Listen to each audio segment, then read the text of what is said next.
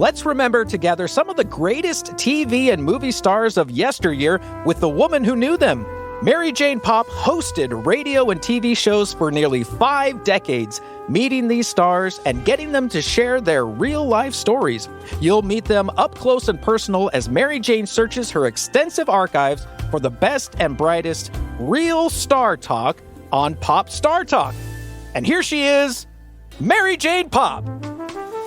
Well, it's that time again for Pop Star Talk, and this week we have a real treat for you. Hi, Mary Jane Popp here, along with my producer, Kenneth Segura Knoll. I say it's a treat because we have 2 celebrities that will bring back so many wonderful memories. Hi, Ken, how are you? I am doing very well. Oh, good. That's nice to know. Listen, here's a quiz. What was the most popular entertainment show between 1967 and 1978 when everybody wanted to see what was going to be happening on this show and the musicals? They did so many different things. I was going to say the Jackie Gleason show, but how about the Carol? No. The Carol Burnett show. Carol Burnett show.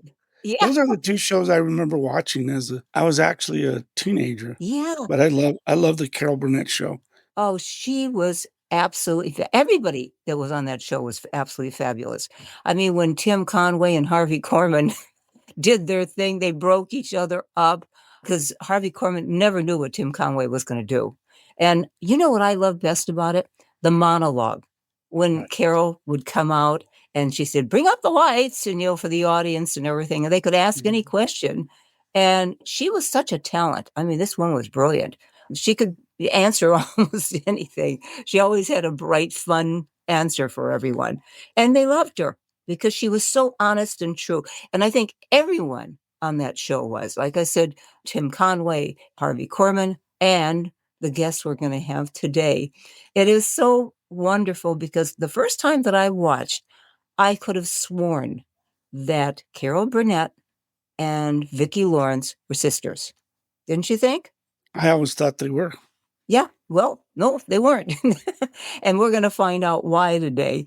And let me put it this way. Before we talk to Vicki directly, I don't think I even have to introduce this character to you. It was a spinoff from the Carol Burnett show with Vicki Lawrence. So listen to this. You angel, wonderful. I love your hair. Oh, you couldn't possibly. It's filthy. Eunice told you to say that now, didn't she? No, she didn't. No, she didn't. Come rain or shine, I get my hair done every Friday at 3 o'clock. But last Friday, no. That sister of yours there has to pawn off those 2 little holy terrors of hers on me. All you had to do was say no, Mama. Well, you said you'd be back here at 2:30. You know what time she got back here? No, I couldn't help it if Dr. Hanson kept me waiting for an hour and a half. 3:15. I had to go to church Sunday with my hair filthy. It's a wonder they let me in the door. You know, that little Debbie's gonna be quite a beauty. She's a spitting image of Ellen. It was so funny because could you imagine Vicki Lawrence turning into Mama, Thelma? It was an incredible series. And it ran from, if I'm not mistaken, 1983 to 1985 on NBC. Then it was renewed from 1986 to 1990. And how she would transform. I mean, Vicki Lawrence was a cute gal and then transform herself into this little old nasty lady. But that was the talent that they had on that show. Don't you think, Ken? Oh, they're great talent. It's fun to go to YouTube and watch some outtakes and just the whole making of this great show. I loved, there was a bit they did about the elephant, Oh, yeah. Tim Conway went crazy. Yeah. But all their skits were just, pre-Saturday Night Live and they set the standard. And even Saturday Night Live, who has great skits, it was hard to match what they were doing on those 2 shows. And beautiful costumes. And I was trying to remember who the designer of the costumes was on. It escapes me now, but I'm going to have to look it up because he was incredible. I know there's like hundreds of costumes every week. This is a weekly show. And he came up with it. So I'm going to have to look that up. But need I say more? She is Thelma May from Mama's Family and Vicki Lawrence wrapped into one, which I think is absolutely incredible. But before, she was even more than that. Vicki Lawrence was more than just Thelma May or, on the Carol Burnett show. Do you remember the song that topped the charts, Ken, back in 1972? And it's a great way to introduce the one and only Vicki Lawrence as she took us back to that night in Georgia. He was on his way home from Candletop, been 2 weeks gone, and he thought he'd stop at Webb's and have him a drink before he went home to her. Andy Warlow said hello, and he said hi, what's doing? Whoa, said sit down, I got some bad news, it's gonna hurt. Said I'm your best friend, and you know that's right, but your young bride ain't home tonight. Since you've been gone, she's been seeing that Amos boy Seth. Well, he got mad and he saw red, and Andy said, boy, don't you lose your head, 'cause to tell you the truth, I've been with her myself. That's the night that the lights went out in Georgia. If it's a dysfunctional family that you seek, then look no further than Mama's Family. And our favorite of the Harper family, Mama herself, Vicki Lawrence, of course. And now Mama's Family can come to your family. Hi, Vicki. How are you? I am great. How are you doing? I'm fine. What a pleasure to have you on my show. Oh, thanks. Did you ever think that Thelma May would take on such a real-life persona? No, but she speaks to everybody. I think you're right. People, they see themselves in Thelma May. Well, I'm not sure they see themselves, but they see somebody in their family. But I've never had anybody take it personally, if you know what I mean. Oh, that's good. But everybody says, you're my aunt, you're my grandma, you're my mother, So it's, I guess, good to know that we all have somebody like that in our family, and it's good to be reminded that we all have it. And so it's okay. Yeah, it's okay. Now, it started actually as a skit on the Carol Burnett show, did it not? It did. And that was 1974, I think? Something like that. I was 24 years old, yeah. You were a kid when you first met Carol Lawrence. What was the story behind that? Wasn't it some kind of contest or something? Oh, getting on the Carol Burnett show? Yeah. I wrote her a fan letter and told her that I looked like her and would love to meet her, and she made arrangements to meet me. Oh, my gosh. It is amazing. The two of you, when we saw you, and I was a big fan of the Carol Burnett show, too, and I date back to actually seeing the real thing, not the replays. But actually, when we saw it, honestly, you two look like sisters. It was amazing. Well, yeah, yes. No relation, but clearly a resemblance. It was meant to be. I think so, yeah. Yeah. Now, how much of you, Vicki Lawrence, was in Thelma May? Well, I don't think a lot, but I do feel as I get older that I think more like her. It gets easier to think like her. Really? Well, you kind of get to a certain age where you've earned the right to say what you're thinking. Good for you. That's right. And don't care, right? What anybody thinks. I love it. Do you have a philosophy of life? Because you've done so many wonderful things, and I have to tell you, and I hope my listeners feel the same way, and I know they do. You are a wonderful actress. I've seen you in other things. We all think of you as Thelma May, Mama's Family, which is wonderful, but the other things that you've done has been great. Oh, well, thank you. Yeah, no, it's fun. I never thought I would do it either. It's not what I wanted to do for a living. I thought I was going to be a dental hygienist. No way. Serious? Yeah, that's what I thought, and I kind of got kidnapped by show business, so it's been fun. Well, lucky for show business and lucky for us. Now, do you have a philosophy of life that kind of keeps you going? I do. My motto is life is much too serious to be taken seriously. I like that. That should be your not only that, but your epitaph someday down the line, way down the line. Tell me who Vicki Lawrence is. Step out and look back at yourself and say, Vicki Lawrence is what? Who? Oh my goodness, I don't know. I think I'm a good wife and a good mother and a pretty good cook and I like to laugh. You know, what makes you laugh? Well, my husband makes me laugh. I think that's why we've stayed together so long, honestly, is that we make each other laugh.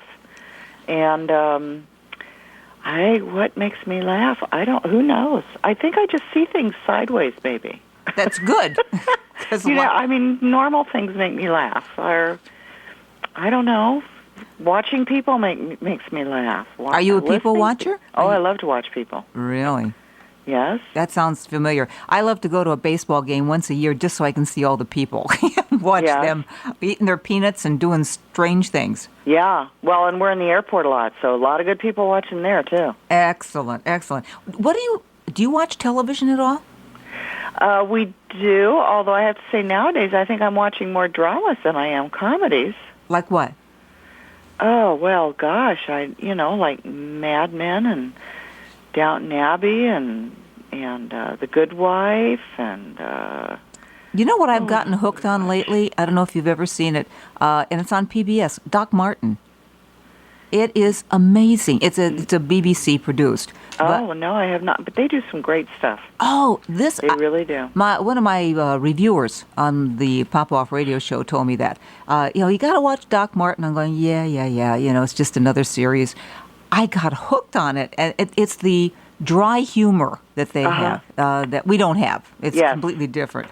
Yeah. No, they do some really good stuff, those Brits. What motivates Vicki Lawrence more than anything else? What motivates me? Yeah. Do you still love doing, the work or, do you have any hobbies? Well, I love to cook. I love playing with my dogs, and we like to sail. We live on the water. Ooh.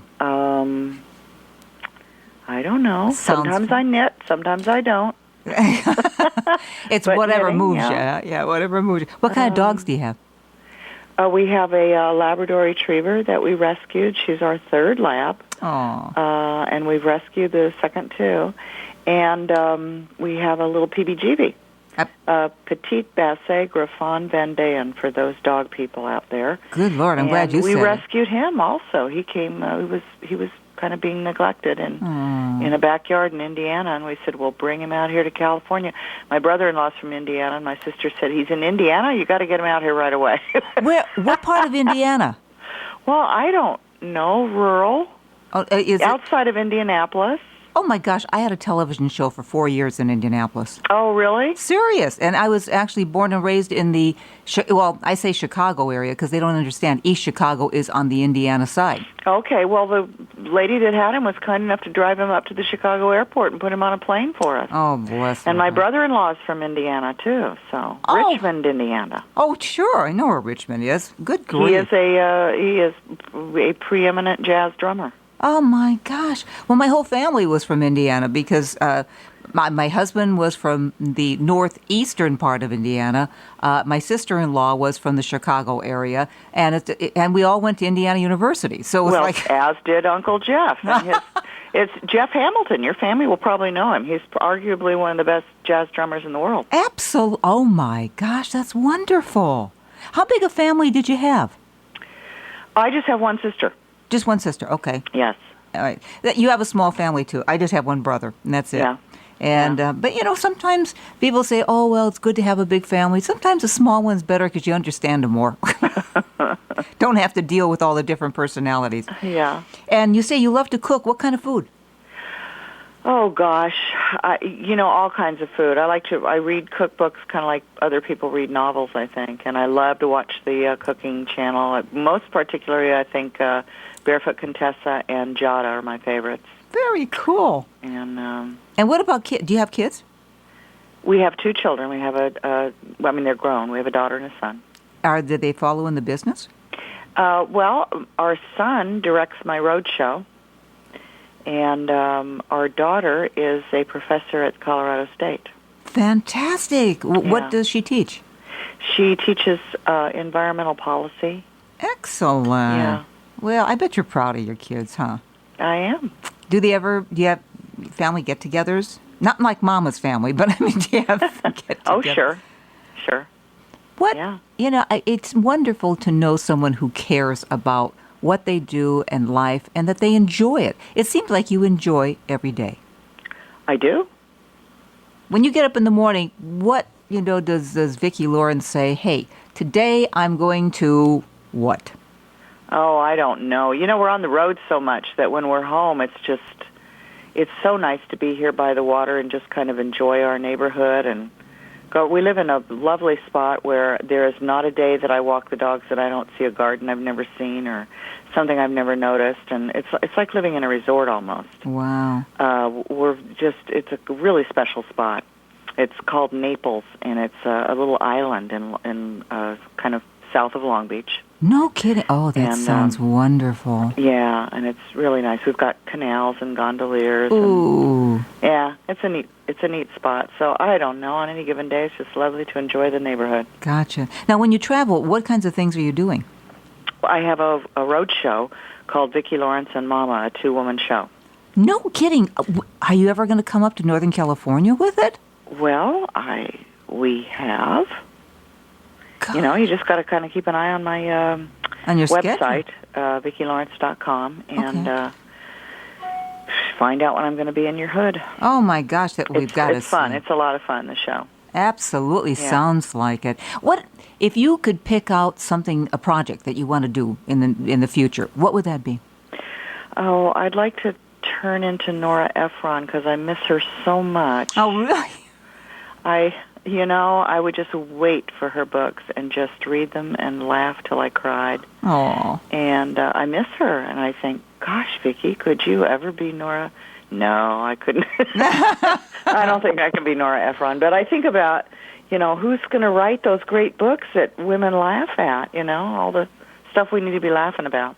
Well, the other thing, too, is we need to promote more women, period. I mean, not only in, the film industry and TV industry. There are some wonderful ones like yourself, like Carol Burnett. But we need a lot more to have that influence because we look at life in a different perspective, don't you think?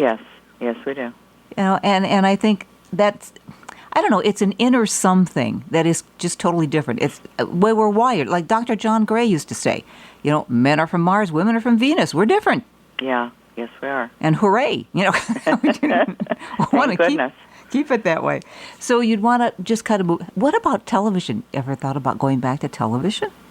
If it was the right project and the right thing, sure, I would love to. Yeah. It's a lot of work, though, isn't it? Well, it is, but, what else? What are you going to do, sit on your butt? I understand people that want to retire. Now, I don't know how old you are, but I'll be honest with you. I'm 67. I don't want to retire. No, I don't want to retire. For what? Too quiet for me. Well, and if you're doing what you love, and that's the thing we don't seem to promote anymore. Don't do it only for the money. Some of these kids go to school to get an MBA because they think they're going to get a job and make money. And then they're miserable all their lives. Don't do that. Yeah. Money isn't everything. Well, it's a lot, but not everything. Yes, it is. Now, tell me a little bit about Mama's Family. I've seen the DVD. Wonderful. And this is what, season 1 and 2? Seasons 1 and 2 have been released into retail, and there are a couple of different configurations. And I think they'll probably do 3 and 4 next year and 5 and 6 the following year. Or for my diehard fans, they can go to the Time Life website or to my website or to Mama's Family DVDs, and they can buy the entire collection, which is just so adorable. I'm so proud of it. And it's got a little memory book with it, with a family tree and lots of quotes, and it's got tons of bonus features, and it's got all 130 episodes. So it's a beautiful little set. I mean, I just am so proud that there's finally a lovely little tribute to this, I would say, arguably first best dysfunctional mother on television. Oh yeah.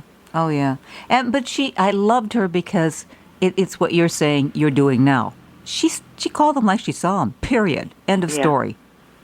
And she didn't care where the bodies fell. She did it. But I think there's an underlying truth to Mama, really, and that's why everybody relates to her. So yeah. How did you develop her?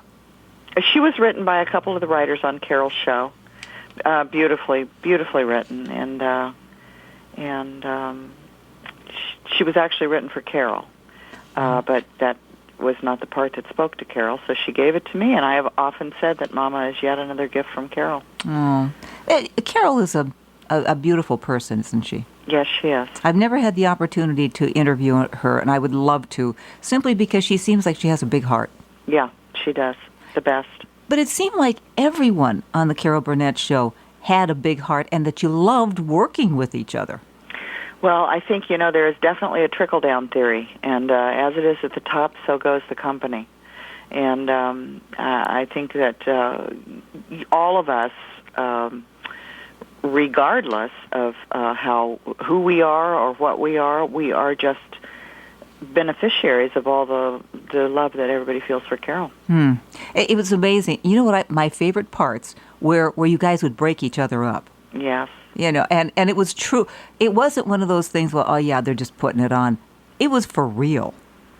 It was a very close-knit company. It was really like a family, and the chemistry was amazing. And Carol or actually Harvey and Tim had never even met the first time they worked on the Burnett show. No way. Which Serious? I thought was interesting. Wow. Yeah. No wonder they were breaking each other up all the time. It was wonderful and still is wonderful. That's the neat part of this. And same thing with Mama's Family. It will never go away because it's on a DVD and this next generation is going to be able to see it and laugh just as hard as we did. Well, it's great. I was talking to somebody the other day who said she grew up on Mama's Family. She said, I am going to give it to my grandkids like a present. Aww. She said she gave them, I forget what she said she gave them a few months ago, and they fell in love with a series they had never seen. Oh. And she said, I'm going to give this one to them and say, here's a TV show that you never got to see. And she said, they're going to fall in love with it. She said, I know they will. No doubt. Absolutely no doubt. Well, Vicki, I know we're out of time, but thank you so much for being with us today. We'll look forward to the next series and hopefully keeping our fingers crossed that you'll come up to Sacramento in Northern California and I hope perform so. your All right. two-woman show. Thank you so much for taking the time today. And thank you. Bye-bye now. Bye-bye. That's Vicki Lawrence, and you can go to VickiLawrence.com, or, of course, you can go to MamasFamilyDVDs.com. This is season 1 and 2. Fabulous. You will absolutely love it, and your children and grandchildren will absolutely adore it, too. Mama goes on forever. That comes directly from Popoff. She was just so delightful. And you have limited time. Sometimes I can do a longer interview, sometimes a shorter one. It's, whatever the PR people said, this is what you have to do. But we got a lot in, I think, in that interview. I just came to my brain, the designer for all the gowns, on the Carol Burnett show, Bob Mackey. Unbelievable. His designs always. My favorite, you told me you're the one with the elephant thing. That was your best bit on the Carol Burnett show. You know what mine was? The Gone with the Wind. Oh, the curtain. Yeah, where she took the curtains down and they made it into a dress and she comes walking down the staircase. It's just, and they did it. So I guess that's what comedy is. You do it in a serious way. And that's why people laugh. Right. Isn't that true? It's just amazing. Anyway, and again, you can go to VickiLawrence.com and get more information. She married twice, by the way. She was married to a singer-songwriter, Bobby Russell, from 72 to 74. That was short-lived. But then she also married, and he was a Hollywood makeup artist, Al Schultz. And he was on the Carol Burnett show, part of the show. And that's where they met, and they married in 1974. And I guess they're still together. I haven't really looked that up. But, we'll remember all these wonderful times. Don't you think, Ken? She mentioned Nora Ephron. I love Nora Ephron's work. Really? Yes. I have never read her works. I'm sorry. Well, but she's also a film director. Oh. She directed Sleepless in Seattle, or she wrote Sleepless in Seattle. I think she directed, but she was also a director. Oh, for heaven's sake. I'm going to have to look that up. Right. And some more information on that and see the work. Another interesting thing is that my wife's father's second wife looked exactly like Carol Burnett, so she looked like Vicki Lawrence. No kidding. So everywhere they went, because they lived in Beverly Hills and Hollywood, they always would mistake her for Carol Burnett. And My gosh. isn't that strange? Yeah, it would be strange. Stop on the street. Hi, aren't you? No, not at all. Okay, we got to go on to our second guest today because I got to tell you, I did this interview at the Sacramento Convention Center, the community center, the theater. And it was before opening night of Dr. Dolittle. And when I walked in, and he walked in, and I looked up and up and up.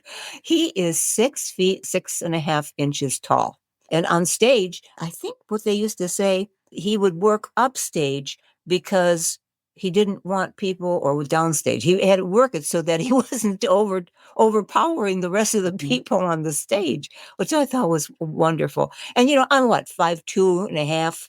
If I stretch up real tall, I can go 5'3". So you can imagine what it was like. And I could hardly wait till he sat down so I can get eyeball to eyeball with him.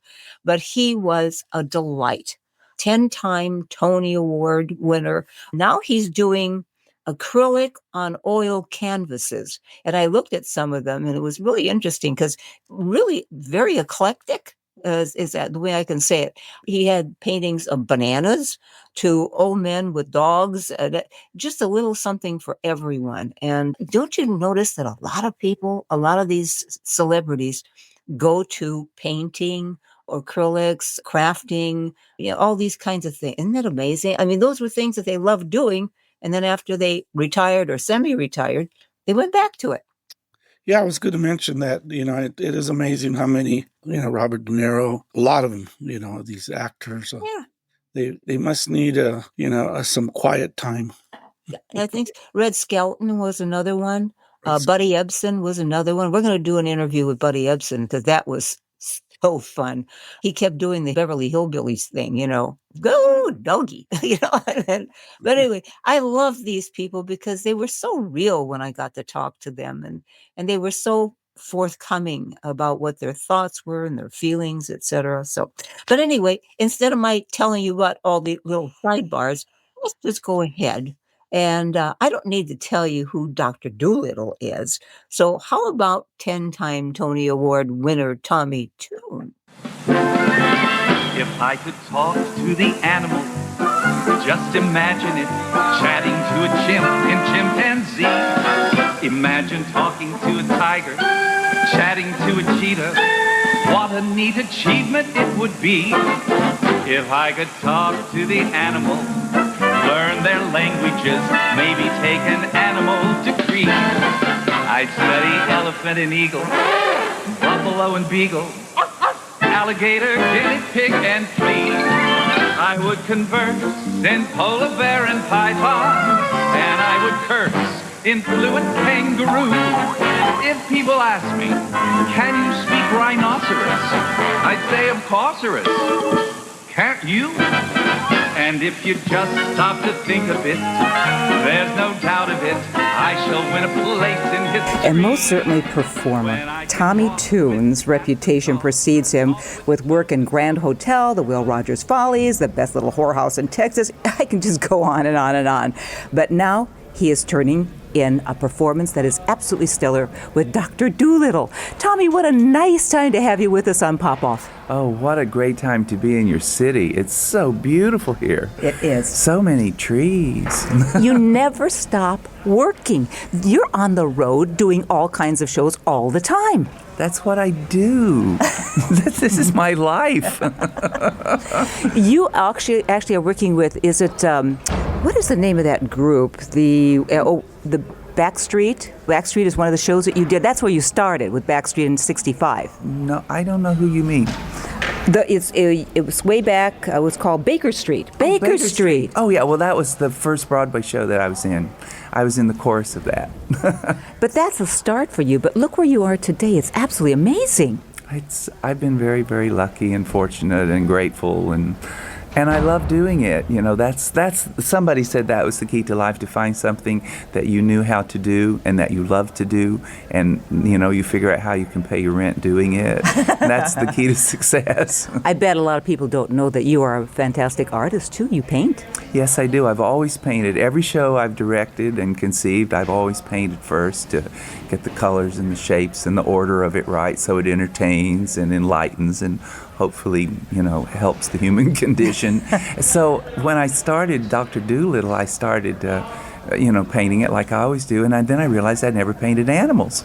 So I just put on the brakes and went off to my studio and did a study of animals, and they came out really well. So I did something I've never done before. I had them converted into lithographs, and so I've been selling them across the country, and they're very reasonable, and so many people have bought them, and we're sort of running thin now. But I still have I did a series of about 20. I think we've sold out of quite a few. Wow. But they're very nice. They're very colorful. The children love them, and they're for grown-ups too. Well, it is fantastic to see that you do painting. Is that kind of a release for you? A little bit of a hobby, kind of get away from what you do on stage?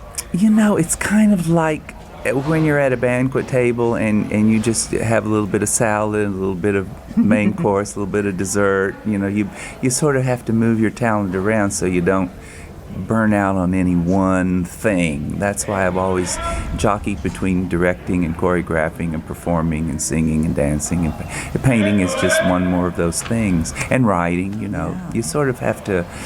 You don't want to wear out one muscle. Yeah. You gotta, when you go to the gym, you gotta work your whole body, not just your biceps.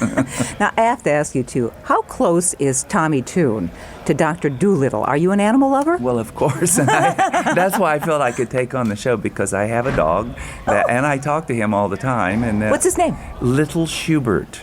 Little Schubert. It's a name from a theater that I opened in New York, and on opening night, Little Schubert came into my life, so that's where his name came from. What kind of dog is He's a Yorkshire Terrier he's perfect for traveling because he fits in a little thing under my seat on the plane. So he goes with you? Oh, everywhere. I love it. Yeah. That's so He's cool. He's not at the theater right this moment because my dressing room's getting set up. But then when they get it all set up, then he'll come with me. He's there every night. I tell him I'm going on now to be a good boy. Then after the show, I said, "What did you think?" Because he hears it. You know, he hears my voice over the squawk box. So he's my little companion. He's a great friend. I actually love the idea that when people love animals, how do you feel about this? My animals, I have two big boys. They're 70-pounders. But if I have someone come in the house and they don't like them, I kind of not trust them. It seems like animals have that sixth sense that we don't have. They know a lot. Little Schubert knows when it's going to rain long before I do, and long before there are clouds. He's very sensitive to things, so he sort of leads me. What is your philosophy in life? I mean, seriously, to keep going the way you do, the schedule that you keep. I know you love the stage, but there has to be a philosophy that keeps Tommy Tune in tune. Oh. My gosh, I think it's enjoy every moment as it presents itself. Don't get caught up on the past, because that's done, and the future is a big question mark. So if we can just stay in the moment, like me with you holding the microphone in my face and my looking into your eyes and I'm talking to you, this is our moment right now. And if you just chain all those moments together, you just have a real long unbroken line of pearls that each moment really is a jewel. Andy Warhol once said that Tommy Tune exudes a cultured serenity and a genuine love of life. Now, I kind of agree with him in one way, but when you get on stage, your energy is incredible.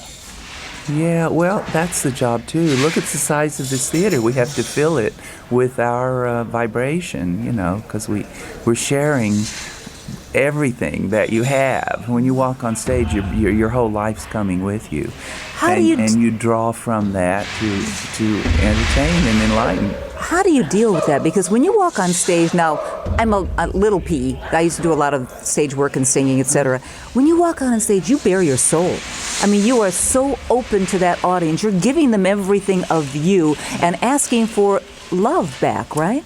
Well, yes, I suppose. It's a shared thing. It's sort of like you give out and the audience gives back, and then it comes this way and it goes that way, and it's very metaphysical. We'll have to talk to Shirley MacLaine about it. I don't know what it is, but it's true. It's what brings people to live theater, because it's something that you don't get when you turn on the television, because on the television, the performer on the television is saying, I am here. But in the theater, we are saying, I am here with you, and with those two little words, with you, are all the difference. So consequently, every performance I do of Dr. Dolittle, and the whole company feels this way, because we have a big company of dancers and singers and puppeteers. We all feel that way. It's different every night because the audience is different.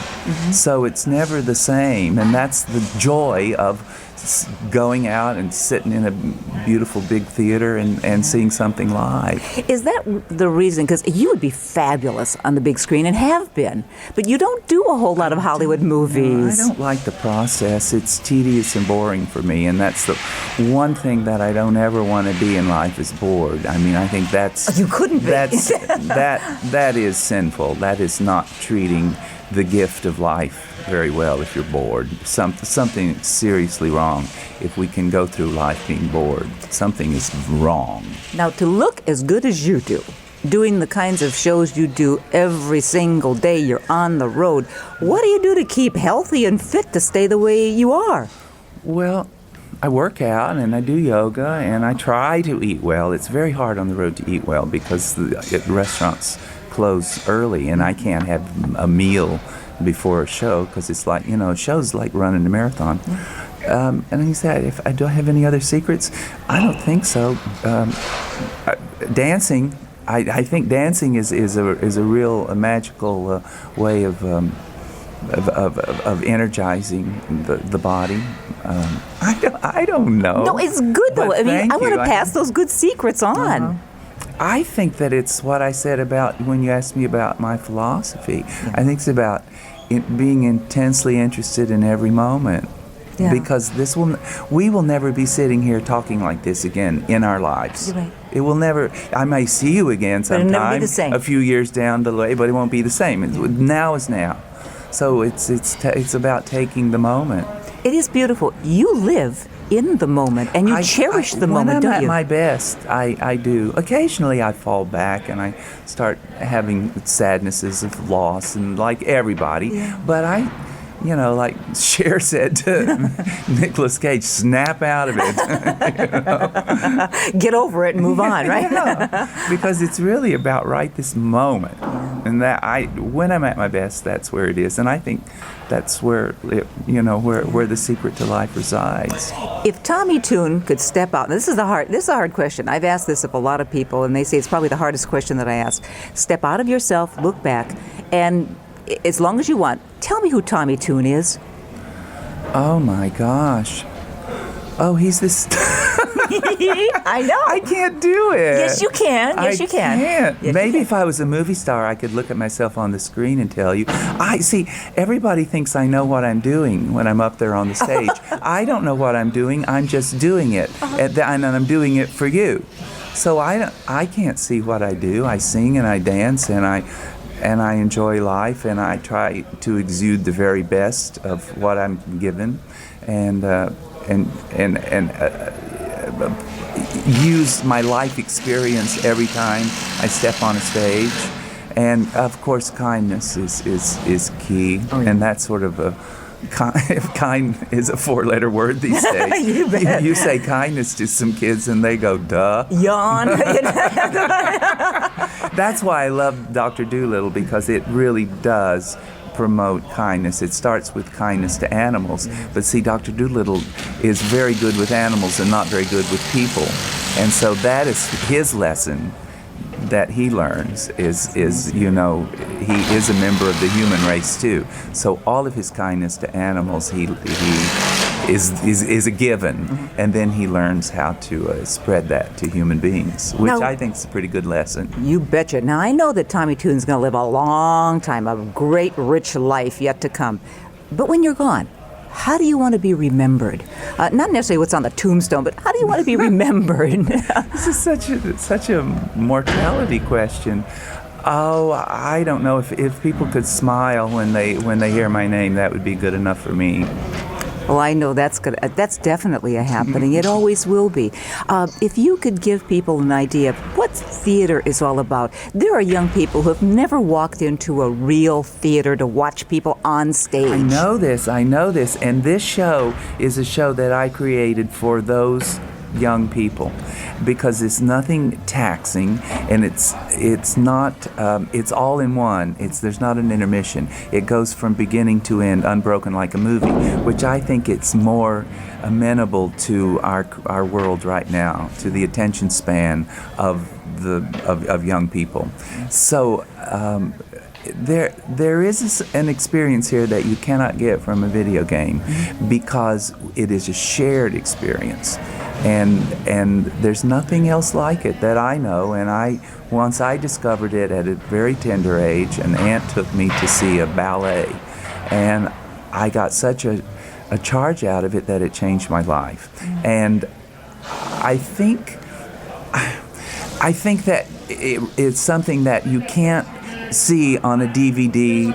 It's only something that exists in the here and now, in this moment, and that moment never happens again. But you can take the feeling of that and move it into the apartments of your mind, and it can dwell there for your whole life. I remember that night I saw Dr. Dolittle in Sacramento, and Tommy Tune was dancing down there with a lot of monkeys, and then that's it.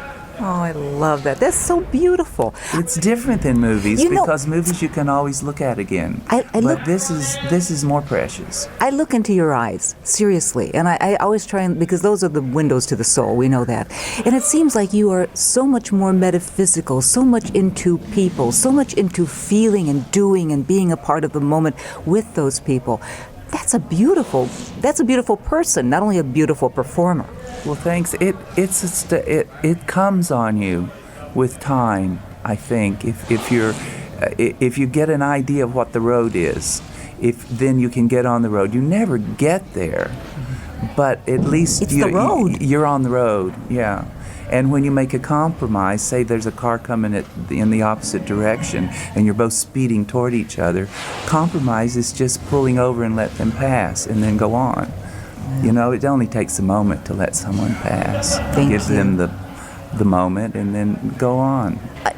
To hooray for you for doing these kinds of shows, because we do need a kinder, gentler nation. We have gotten so confrontational, so obnoxious. And cynical. That's what worries me. The cynicism aspect. And the kids are growing up in this society. I know it. Well, there's not an ounce of cynicism in Dr. Dolittle. and believe it or not, I get criticized for it. Really? Yes, people can't believe it. They think there's some ulterior agenda. See? I mean, it's not, it's suspect. Kindness is suspect. Well, please do not change. You are absolutely fabulous. And I thank you for taking the time because I know you're opening tonight. I know. I'm so excited. This is a wonderful theater. Yeah. That noise you hear in the back is they're setting up the sets right now, and we're getting the costumes out of the trunks, and the orchestra's rehearsing in the lobby, and it's all very exciting. Well, thank you so much, and we'll look forward to the next time we meet. Thank you so much. And it'll be a brand new moment, too. Oh, yes, it will. It always is. And as he said, Tommy Tune's life sings for all of us on Pop-Off. He was such a delight, Ken, unreal. And he did so many different things. He was the choreographer on the Dean Martin show for a while. He had a Holland America cruise line show called Paparazzi that he did. Briefly on the Mr. Roberts show. Yeah, he did so many, many things. And boy, I wish we had even more of them. He's like 86 now, but he's painting. So that's the main thing. Wow, 86. That's amazing. 86. Yeah, he's 86. Well, anyway, as always, it was a pleasure working with you, Ken. And I hope you had as much fun as I did doing these interviews with this week. And it was a kick checking in on some great entertainers, as always, on Pop Star Talk. But there's going to be more to come next time. So yours truly, Mary Jane Popp, along with Ken Knoll and our engineer, Greg, invite you to be with us next time on Pop Star Talk.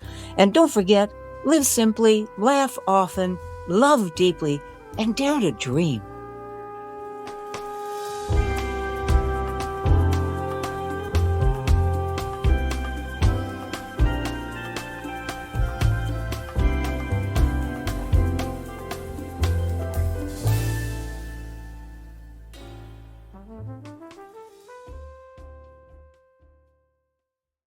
Produced by Audavita Studios. Connect your voice to the world.